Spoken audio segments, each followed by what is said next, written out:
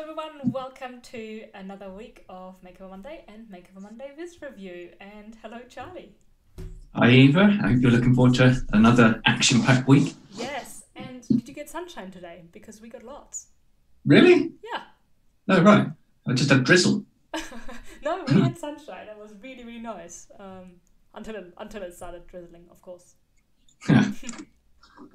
So this week, let's make a start. This week we are looking at a great little chart from Visual Capitalist, and Andy actually kindly found this for me because I've been a little bit swamped, especially on weekends. So this is the share of US ad spend by medium. So how much are companies paying for advertisement, and where are they advertising? And as we can see, the internet is predicted to grow like crazy.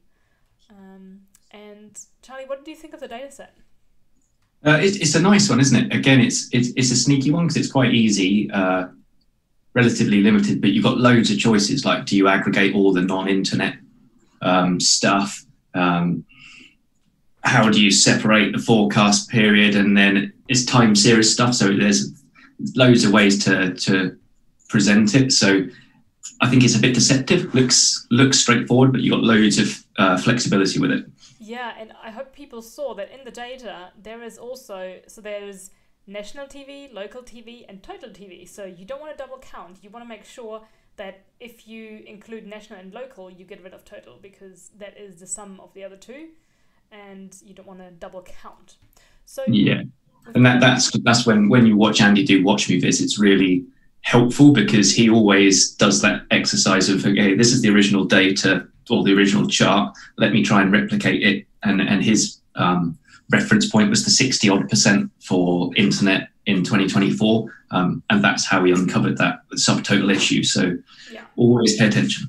Yeah, absolutely. You've got to investigate the data, and I think what's really helpful, especially when the data set is this wasn't huge. It had a bunch of categories and a bunch of years, but it still fits on one page. So looking at it, I think, as a table, just so you can see all the different breakdowns and, there are two things in this category. So maybe, what does it mean for analysis? And just seeing the values as well, I find very helpful. So I created a bit of a long list, a bit of a longer collection, but let's start with Samuel Apley and see what he created for this week.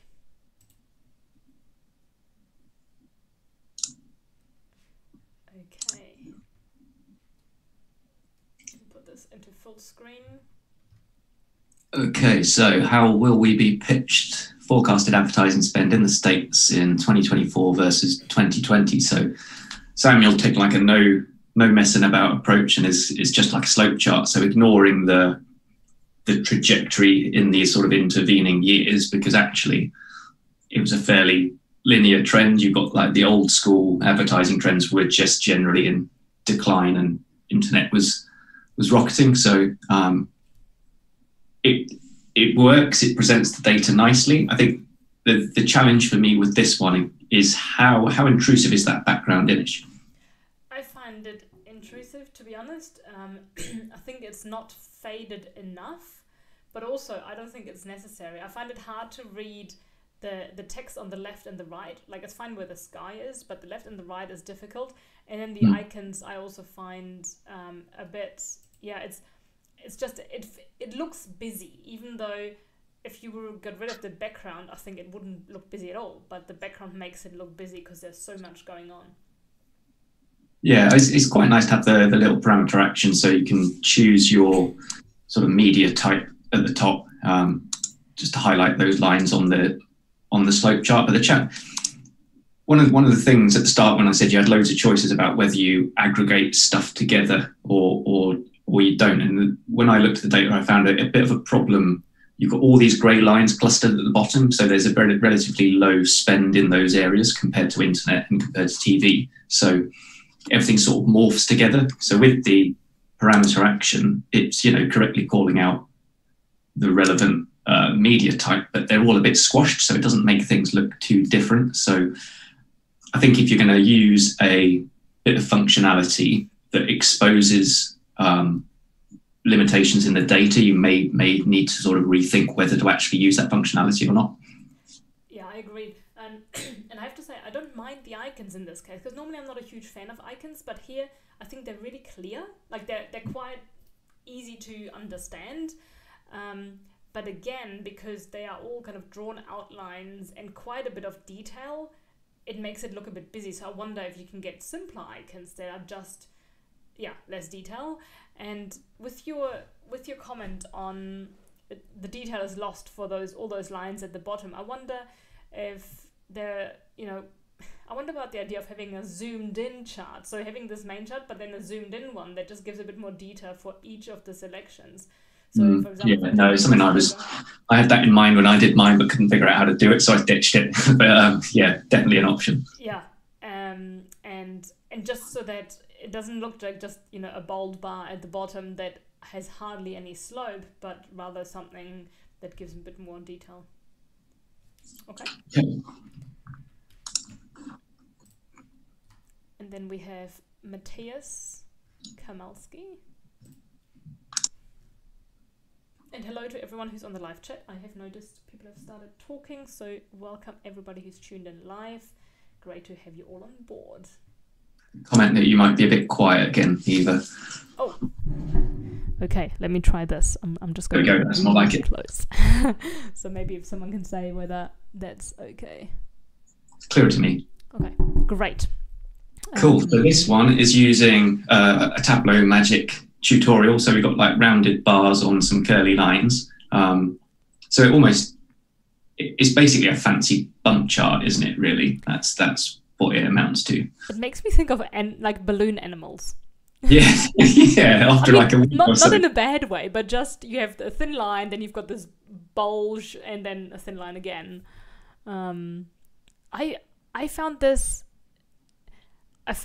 the style of the viz with the rounded bars actually distracted me from figuring out what is actually showing here. So it's a bump chart with a bar chart, and I just struggle to, like, should I focus on the position of the medium or should I focus on the length of the bar? And that's what I'm struggling with here. Because I find that, like, the colors are great. I like the layout, everything, but I'm not sure how to read the data or how to access it most sensibly. It's interesting, isn't it? Because I assume what it's trying to do is overcome that limitation of bump charts where you've just got effectively a rank and you don't understand the difference between the first and the second thing. So like the difference between internet and TV is the same as the difference between TV and magazines at the bottom. So the spacing vertically is the same. So that length of bar is trying to overcome that challenge of the chart type. So it sort of works. And then my nosiness makes me like hover over these pills and try to understand what they are. So I think visually it's great. I think it's nice that it tries to overcome a limitation of a chart, but then this is where I'm a bit stubborn. It's where it's like, if you've got a chart where there's a clear limitation, which is what a bump chart is, or anything that's using rank, is it the right chart to use? So that's kind of where I end up. So visually cool, but is that as easy to look at as a line chart, a bar chart, something like that? Probably not. Yeah, and I saw a comment from someone in my network on LinkedIn saying, dashboards are a bit like, or visualizations are a bit like jokes. If you have to explain it, it's not really working. And I'm guessing here, the rounded bar chart is kind of the explanation to the bump chart. And I'm totally, again, I like how it looks. I just don't find it the easiest to understand. So maybe that as my main feedback of, it always depends on the audience as well. Yeah, do you want to have something that's maybe printed in a magazine that people take a bit of time to understand?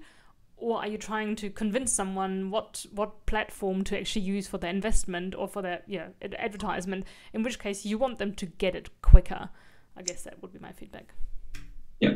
But yeah, no, comparing visits to jokes is pretty apt, isn't it, really? Yeah. Okay, and then we have Ajinka, I think, Barvik, and I think Ajinka has been on this review a few times. So hopefully, I struggle to click on the right part of this tweet. Okay, here we go. Here's the link to Tableau Public. Let's see what we have here. So Ajinka, if you are tuned in live, give us a wave. So first glance, and I didn't pay that much attention to the data, I'll be totally honest, but when we opened up and we said there's a total for media, there's a total for TV in here, you've got to take them out to avoid double counting. I've got a feeling from the look of these numbers that Ajinka's fallen into that early data prep trap, because there's like over 600 billion of advertising spend in 2024, and I'm sure it was more like 250 in the outer year. I can't remember, but it wasn't 600 billion. Yeah, that would be insane. So now that you're talking about the numbers, so in the top right, in the tree map, there are 4 segments. Yeah. But I don't understand it, because I thought these are at different levels of detail, right? One is media total, and isn't pure play internet, is it at the same level as, and what is X search, by the way? Because I get search, but what's X search? Is it when people search their X's? I'm kidding. It's complicated, this, for me, because so the stack bar chart, we've got 4 colors in a color legend, but we've got 8 colors in the bar chart. So it makes me wonder where the other 4 are. And then we often say this about that consistency of color use through a dashboard. So we've got 2 types of blue in the stacked bar chart, which we might assume relate to the tree map, but then equally you've got those colors in the line charts, but then in the line charts you've got another color legend which again overlaps with the bar chart on the left. So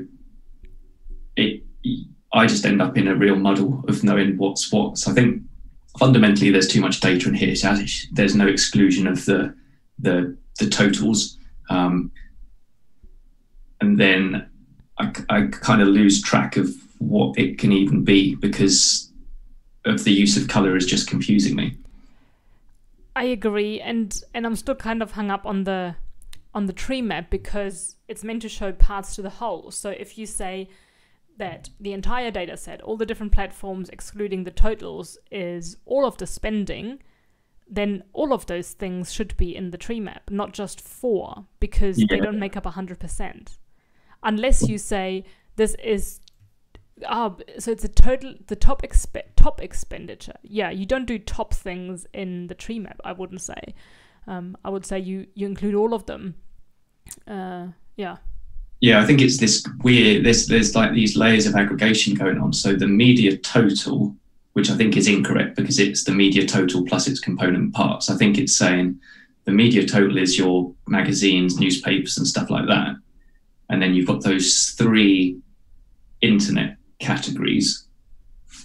But then I think we know that the sum of search and X search is the pure play internet total. So it needs to be looked at again because just the aggregation's wrong. You've got totals involved, reel that color right back in and start again, frankly, because it's muddled. Yeah. And sometimes when we say start again, it sounds harsh, but sometimes it's the best to just be like, because you get so drawn into your idea and kind of stuck with that idea, and then fixing it, sometimes it's like, oh my God, I have to do all these backtracking steps. But putting these charts together, if you know your fields and what you want to do, it's actually quite quick. So given that you've already thought about what you want to show, simplifying it should be a quick exercise. And one more comment, actually, the wording of the title. Is money being spent too highly on ADs? That just doesn't work. That sentence needs to be reworded. So grammatically, it's not correct. It should be, is there too much money being spent on ads? And it should be ads in lowercase, because otherwise it looks like it's an abbreviation. And put the credentials for Makeover Monday, the data source, and your credentials at the bottom somewhere, not in prime real estate. Yeah, and it's totally fine to have a one chart visualization, because if you look at this, you've got the tree map is basically a replica of the 2024 stacked bar, and then the line charts are replicas of the stacked bar. So what value do they add?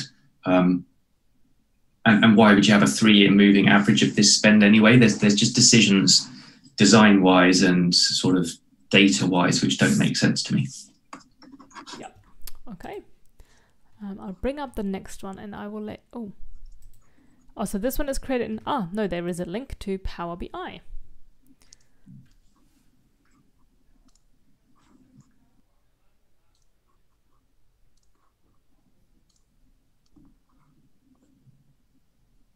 Okay, so share of US ad spend, choose an ad type.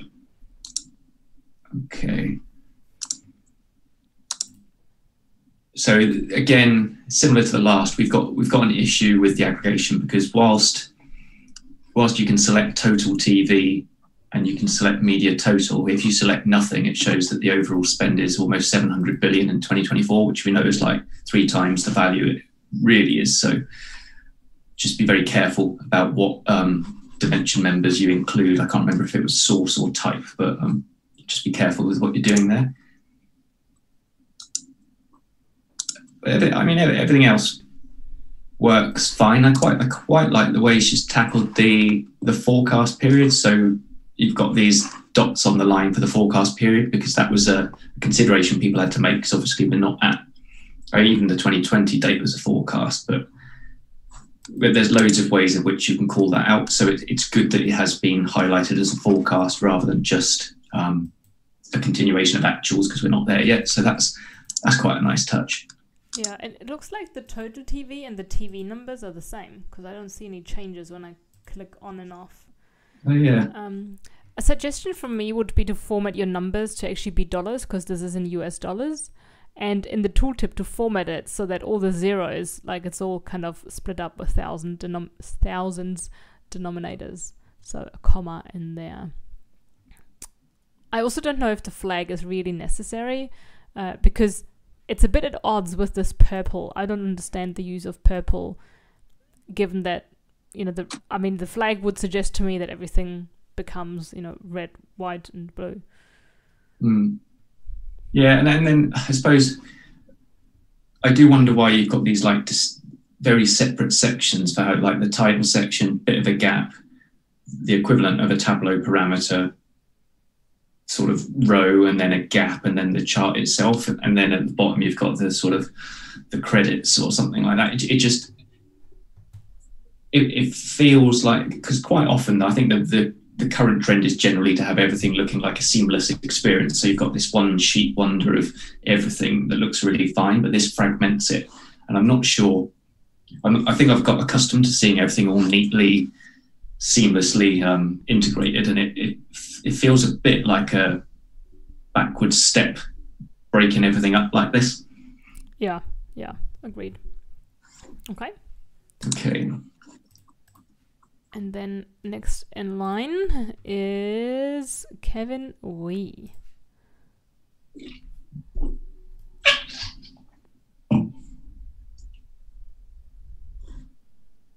Okay, so another bump chart. So similar to the earlier sort of curvy balloon animal submission. This time Kevin's tried to get over that limitation of a bump chart by using sizing to size the circles to show actually what that spend differential is. And because I don't like sized circles, but I think this is more effective than the balloon animals earlier on. So you get that, if you look at the blue section, what's that, newspapers, you can see it moves from a rank of 4th down to 6th, and you see the circle descending all the time. So it reinforces the position and the spend deteriorating quite well. Mm-hmm. So I quite like it. I think it's almost pretty successful for sized circles, which isn't something that normally I would say. I think I'd be interested to see the annotations to the right on the ranks coloured the same as the corresponding colours in the chart, just to really ram that home and make it continue that colour theme. Yeah, and it could even be something like just the radio, for example, so the source and big number, just that in the colour or something like that. Or maybe some shading behind it with slight transparency. And I agree. I think this works well for sized bubbles. It's a bit almost like becoming a hybrid between a bump chart and a steam graph, because you get the space taken up by the bubbles, like more or less, and you get the ranking. So yeah, it's pretty cool. It's quite nice, isn't it? And again, the forecast is called out very clearly here. I do wonder if the forecast should be rolled back to 2020, because I'm assuming it should be, because we're not done yet. So I'd probably move it back to 2020. But yeah, I think this is quite effective. And maybe one last suggestion: the lines, not to make them black, but maybe a shade of grey, so the lines are a bit more in the background. Could work as well. Yep. You could even color them the same color as each type, potentially. Yeah. Maybe something to play with. Okay. So then we move over to Abhishek.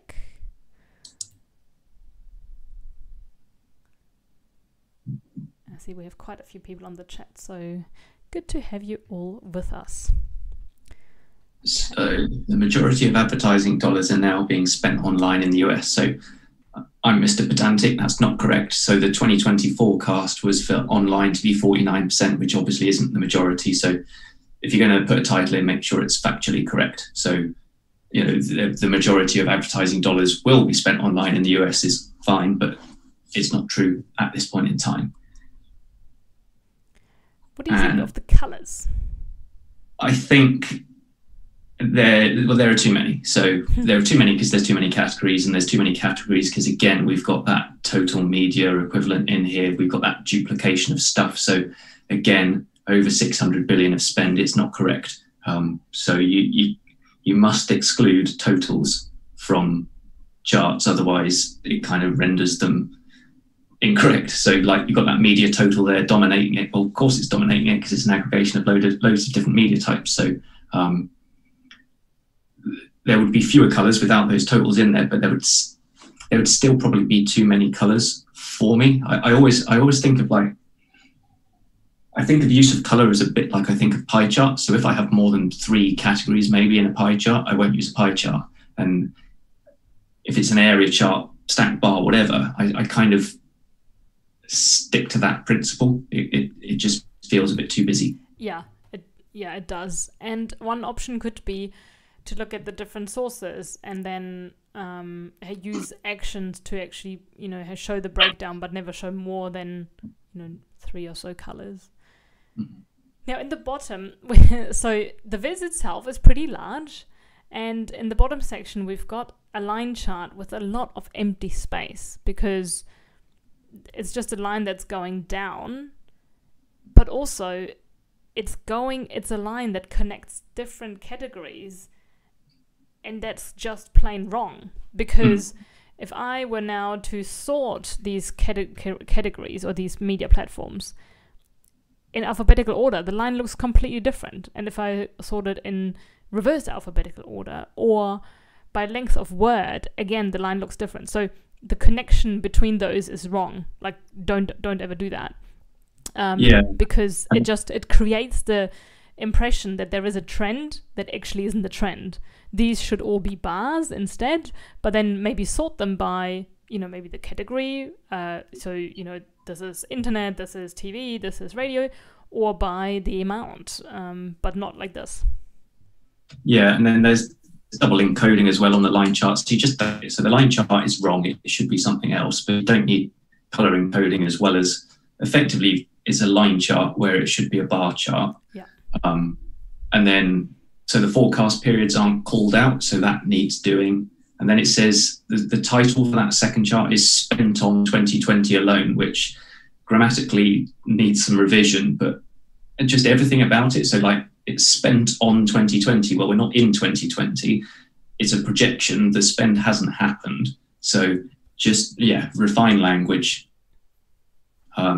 refine chart types, and refine the dimension members you've included, because it's just incorrect. Yeah, and I hope and maybe people can confirm, but I hope what I explained is clear about not using a line to connect categorical data. So imagine a classroom full of kids, and if you made them all line up just randomly, you can draw a line, but that line looks different if you sort tallest to shortest, oldest to youngest, just boys on one side, girls on the other side, if you sort them by hair color or something. So there is no trend. You can't say, oh, this is what the line of our class looks like, because it really depends who stands where. Whereas if you have time series data, like January to December, that is a logical order, and you can say over the course of the year, this is how the line shaped out. You wouldn't look at December before November or something like that. So just be really careful not to do that. Okay. Next is Sheila Dickens.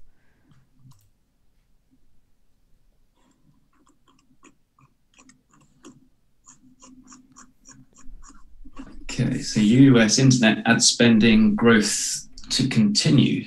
First suggestion is make that title really big. You've got a lot of space to the side, on the right side. You can fill all of that up and above. So make it about 22 to 24 points if you use the Tableau font, would be my first suggestion there. Yeah, and so Sheila wins a prize for getting the aggregation right. So there's the labels at the top of the bars. So the 237 billion, I'm pretty sure, is the right number. It's definitely not the 600-700 that we've seen in other things.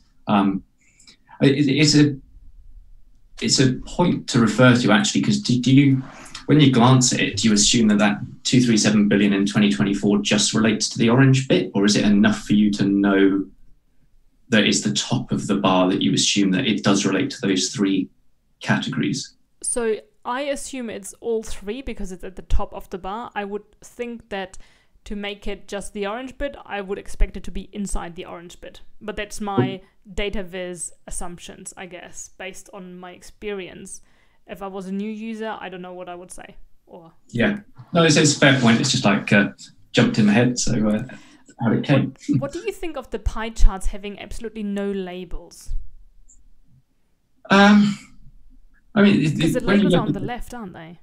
Yeah, and they're in the legend at the top right. So it's an interesting one, isn't it? Because it's like, has it been reinforced enough early on in the viz for it to sink in? Because normally in the West, we do this Z-shaped review of things. So we'll look at the title, we look at that legend in the top right, we'll see the bar chart, then we see these panels on the left. So it's probably enough to get it subconsciously in your head, but I do find myself flicking over to the panels on the left just to remind myself exactly which each one is. But then you do wonder if it would be overload if it had those categories labeled on there as well. So it's... Because I wonder if having... I mean, I think, at least in 2020, I can see the orange is just a bit more than half. So the 50% and the others are about 25%. I think that's a really easy one, where just having maybe the dollar values would be enough. And so you could have like internet 51%, TV 25%, other 24%, and then like I think you could keep minimal labels, but I personally would prefer the labels inside the pie because the pies are pretty big, than having them on the left and kind of jumping back and forth, because I almost, with it all on the left side and numbers, I almost don't need the pie charts. Yeah, that's sort of what I just concluded in my head, because all that is big. They're like big tooltips, aren't they, away from the actual charts themselves? Yeah. So there's an argument in that section, because you've got that jump, you could just slope chart that to actually show that jump from 2020 to 24. Yeah. Okay. And I saw a comment from Michelle that she felt the screen was fuzzy. So when I zoom in, some stuff will become a bit blurry, but the font, you should be able to tell by the text whether it's actually blurry or not, because that should stay sharp. It's just sometimes the charts and labels that get a bit blurry. Okay, next we have Avnish, and here we go. So this is interesting, because you go from the image that is in your list of tweets has got a really nasty font. I don't understand why people would actually choose that as their font, but obviously when it gets to public, it doesn't render that. It chills font out, yeah. Yeah, but I do wonder sometimes if people just use a font publish stuff without looking at it, because when I look at these awkward looking fonts, I just think, come on, that's an immediate sort of hurdle to understanding what it is. So just, go easy on the fonts, because that's like the first thing people will see. Yeah, my personal approach to fonts is keep it really nice and sharp on your visit, something that's easy to read. And one thing I'm not qualified to talk about is people with dyslexia. Apparently fonts like Comic Sans are actually quite easy for them to read, or easier, whereas I personally wouldn't choose Comic Sans because I don't like it. I stick with either typically sensory fonts, so something like Calibri, Tableau, Tahoma, Vedana, or Avenir. But if you want to have some, like, I like some playful fonts that are a bit more like handwriting, but I use them for quotes that I would stick on Instagram, not for data visualization where I want people to really understand it. If it is something like, this is the most inspirational quote, it's going to make your Monday amazing, I think a handwritten font or handwritten style font is fine, because people, they kind of like, it's all pink and flowers and everything, that's fine. But for these vizzes, I think, especially when you are producing something like this where it's more business dashboardy with indicators and top and bottom and, red and gray, like, stick to a font that is consistent with the message you're trying to get across. So something that is sharp, professional, easy to read. Yeah. So I've got a few things that popped into my head with this one. So the title is "The Raise of Ad Spend Increasing in Internet Than Any Other Type in USA." So there's wording issues at the top, which we won't labour and point about, but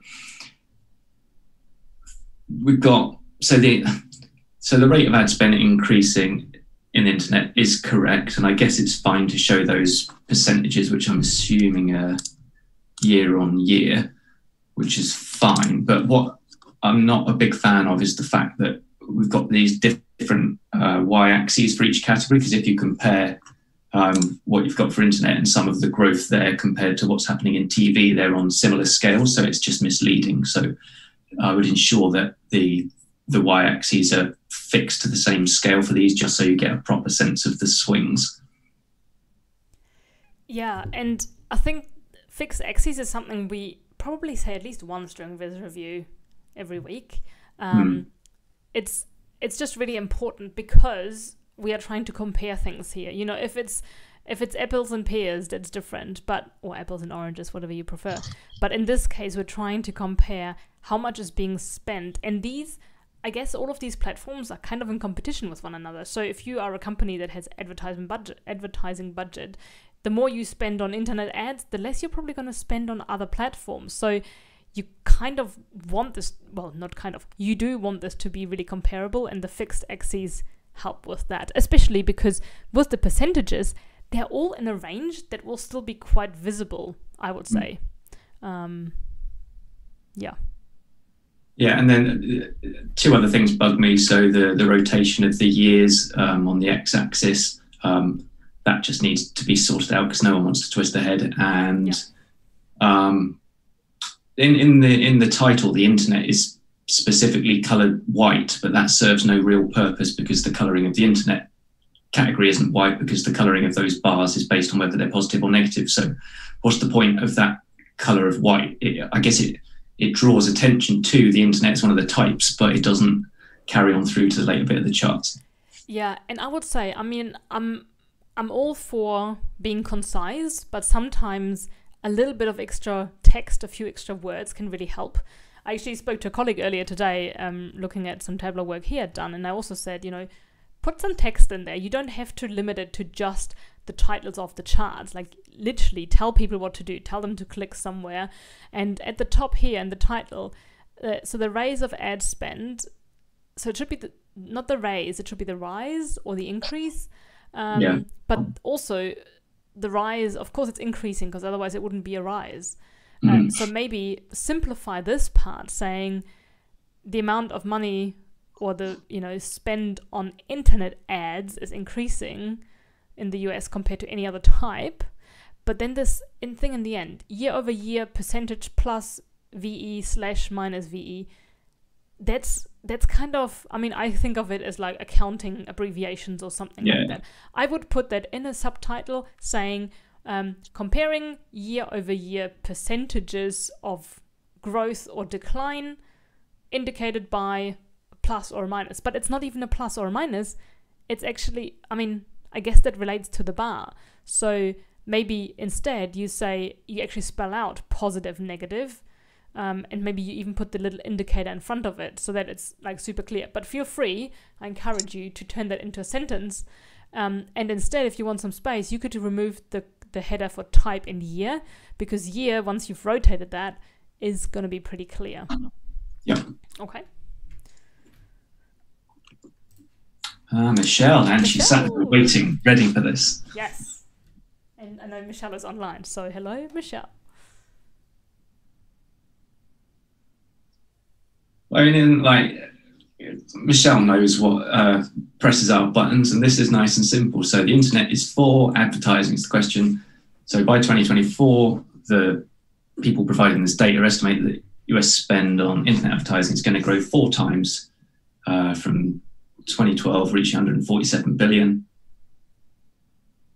And then it's like madly simple, the bar charts, and they're like, just, you can't get confused. I like the orange, I like the bars, I like the sort of, that shadow sort of effect to draw it out to 100%. Yeah. I like the size of the font. There's nothing really I don't like. Yeah, there's only one thing I would change, and that's the subtitle, the first sentence or the first few words. It says, by 2024, Group M estimates. I would say Group M estimates that by 2024, because they don't estimate it by 2024. They have already estimated it for, or like that it will happen by 2024. It's minor, but I think Michelle is at a point where we can point out these minor things because, you know, the rest is really good, really clean. I did think that, Charlie, you would like this kind of bar chart.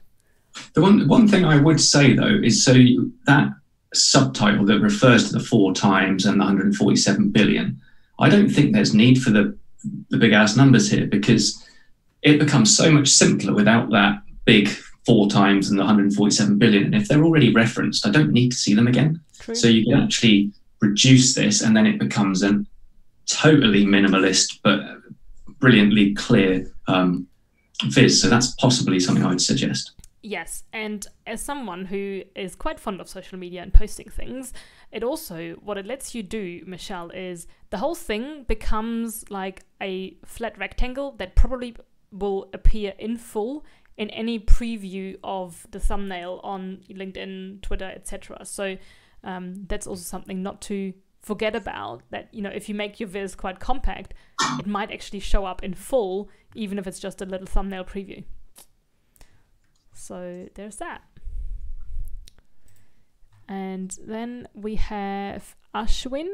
Yes, and here, so this one I added because there's a few elements going on, but also some quite intense colors, and I wanted to see those. Yeah, they are very intense. Yeah, I just like purple straight in your head. Wow, it's like, that is ferocious, isn't it?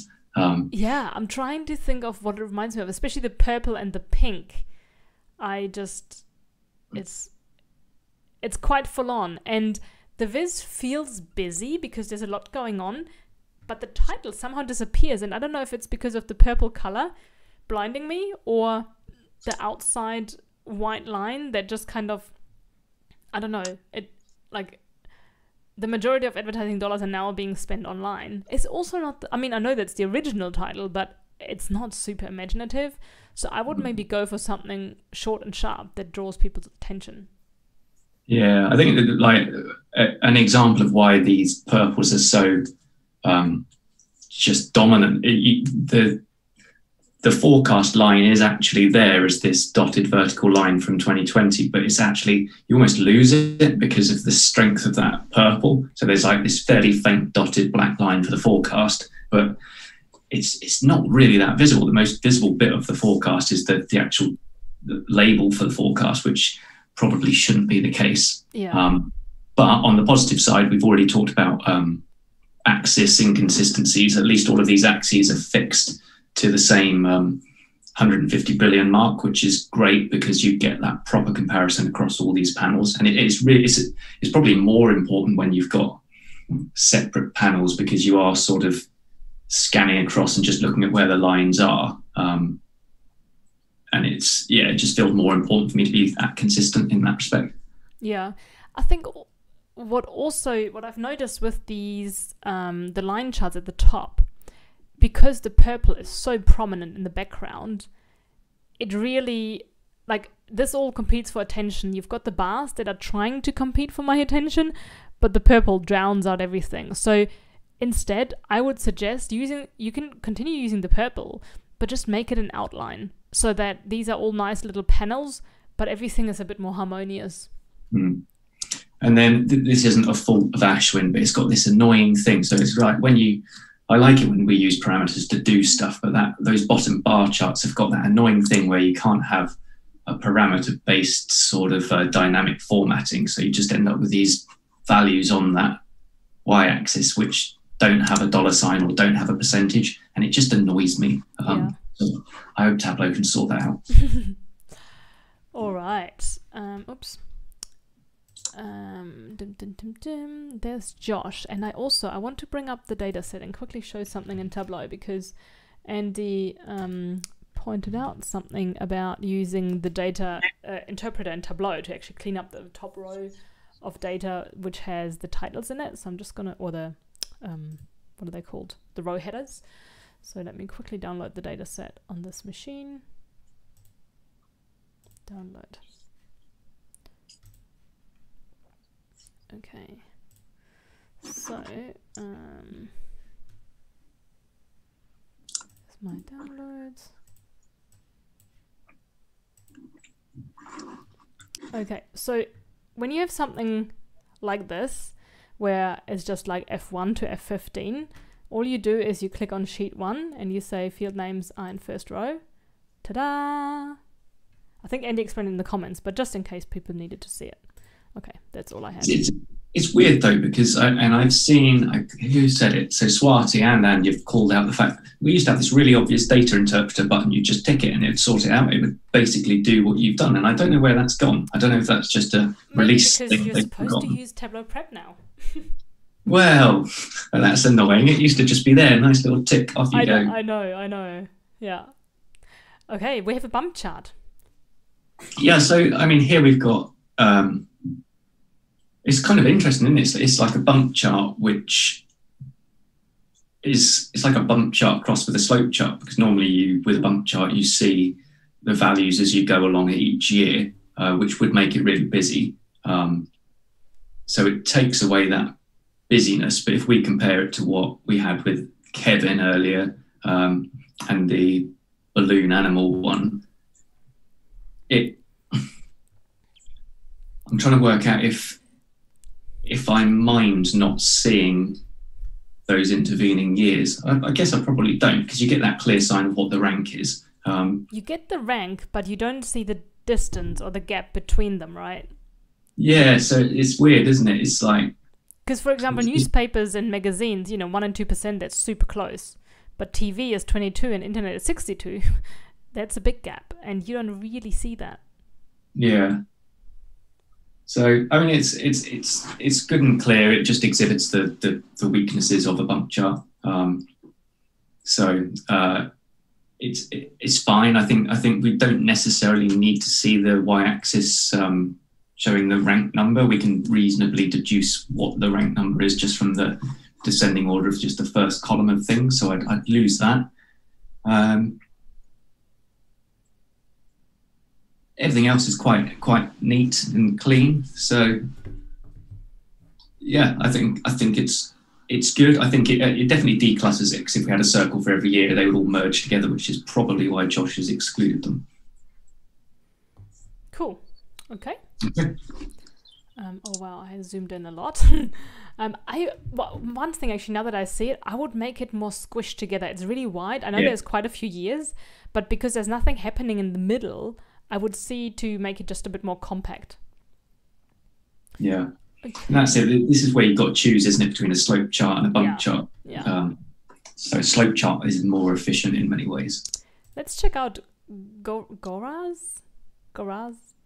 Let's see what I'm not going to try. Okay. I hope that I got the name right.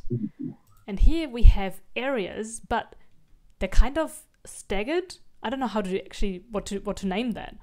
I'm going to call this a deconstructed joy plot, because that's the sort of thing that sounds like it will catch on, and then I can say that I've got my own name of a visualization in the world. So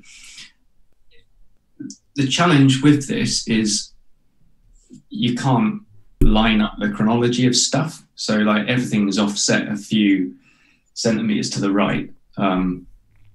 So you can't compare 2012's magazine total to the internet 2012 value, because it's shifted all that way over to the right. Mm-hmm. So it's visually it's engaging, and you do get to see the trend for each type of advertising, but you can't compare it to everything else, which is the limitation of it. And I assume we're on the same axis, but it's hard to choose, hard to see. I find this gives me lots of ideas. I have this vision of a viz where they're all aligned, but you see them still somehow individually, and they're annotated where it says, the peak of newspaper advertisement was here, and it has since declined because something else has gone. Like, I think in this data set, actually, you could tell a lot of cool stories. I don't know how to design it expertly, but this has given me some ideas of what it could look like. A suggestion from me is to drop the decimal points, because when we're talking billions, we don't need to think about the cents. And also to just be careful with adding too much color, because with your indicators, you've got the down arrow as well as a minus, and the up arrow, and then they're green and red as well. And that's 2 extra colors on top of the ones that are already there. So potentially just like simplifying that a bit. And I would say radio and newspapers both are currently a shade of blue, but to me, newspaper and magazine would be more alike. So if you want 2 shades of a color, I would say radio should be its own thing, and newspapers and magazines could maybe, because it's kind of like it's print media or they're online, but they are quite similar in a lot of regards. To maybe just think through that. But I do like how clean it is overall, and that there are, not having axes means you lose a lot of information, but it also I think helps keep this really nice and clean. Yeah, it's good. Now, Kevin said in the chat that we should call it a shattered stained glass chart, which is, I don't know, deconstructed joy plot sounds a bit fancier, but I don't know if there could be like a discussion in the chat about that. So stained glass versus deconstructed joy plot, that'd be good to see. I like that. And Andy is mocking my vision of a viz. Well. Okay. So I think I can do 1 to 2 more, because I have to finish a bit early today, because we have the Women's Writers Club launching, which is kicking off in 10 minutes. I want to make sure I'm there on time because I'm hosting it. But this one here, a Comet chart, I thought let's talk about that. Yeah, I saw this one before you shared the list, actually, and we've talked already about it's important to differentiate the forecast period from the actuals, and that's fine. So that's definitely being done here. But it feels to me like it's gone too far. So there's such separate elements now that you've got this gap in the forecast period. So the 2021 revenue, because internet revenue is so high, it looks like it's years away from the final figure. I don't understand the gap. Why is it connected? It's because it's almost like it's a Gantt chart. So it's starting at the first year value and then drawing the line out to the difference, if that makes sense, and sizing it. So they just end up being separate entities, and then you end up with the 118 billion of 2021's dot being much smaller than the lower value for 2020. So it breaks the flow of the chart and the encoding for me. So I think this is a case where it would make more sense just to use reference lines or something like that to draw a line, rather than to recreate an entirely new chart. Yeah, and maybe if you can make it work, you could have them overlap, so that the forecast one, it's all basically one comet, but the forecast could be where it's only a purple outline. but the inside is wide. So you see that that's where it goes, but it's not confirmed values. Yeah. Yeah. And, you know, for me, with these types of charts, I think from the small thing to the big, or the small start to the big finish.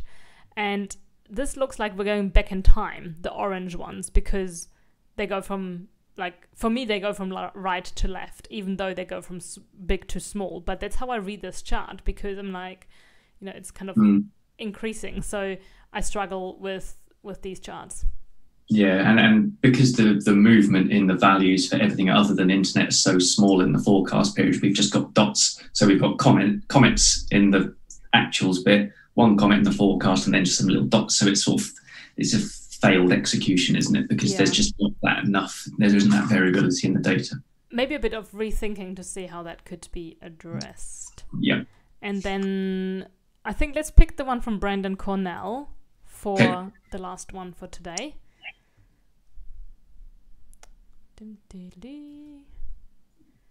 Okay, because here we have kind of overlapping bar charts. Okay, so the shifting advertising landscape, the blue is the earliest date and the darker is the later date. So, I mean, it works all right, doesn't it? You can see It does. So I'm thinking this is sorted by 2012 spend in descending order. Yep. One suggestion I would make is, well, first up, Vision tooltips. They just always drive me a bit insane because they get they get in the way for me. But because the internet is such a big focus here, right? I would put the projected values to the back. Mm-hmm. Because it kind of covers everything that's happened so far. I know that might be trickier for the other items, but they're not really the focus. They're so small. That's one thought I had about this. Yeah, and then these overlapping bar charts, they look different, so that's visually engaging. I do wonder what they add beyond what just bar and bar charts would do. So if we had all 3 years plotted in bar and bar where the year was a different size and a different colour, I don't know how the experience would be in terms of being able to see these changes over time. But it just feels a bit strange because where you've got this overlapping, like in newspapers, the earlier year is dominant, which I guess is kind of the intended effect because you can see so much more of it. But like in the out of home category where you've not got that much going on, it feels a bit weird. But if it was bar and bar, you wouldn't be able to see the difference between 12 and 20 anyway. So I don't know. I don't even know what I'm saying anymore. But it just, I don't think it makes some of these comparisons too easy. So if you just had them side by side, it would be a little bit easier. Yeah, that's true. Otherwise, I like the choice of colors. I like the annotations, and it's neatly laid out. So there's a lot of cool stuff about it. Maybe just thinking of this overlap and how that might get in the way. Yep. Okay, I'm gonna bring us back to say goodbye.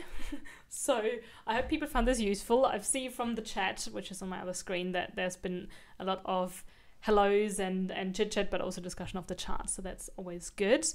And I'll pick favorites later this week. Charlie, thanks for again giving your feedback. It's always good, always fun. That's all right, no problem. You got to dust yourself off and get on to the next session. Yes, just got to revive the energy. And there's not much else I've got right now. You've got, I think, a data set lined up for next week already. I've got a data set thanks to a certain person in the chat room. So thanks, Andy. That's ready to go. Absolutely. Okay. Well, we'll end it here, and everyone enjoy the rest of your Wednesday. And we'll look forward to your iterations and your freshened up visits in the coming days.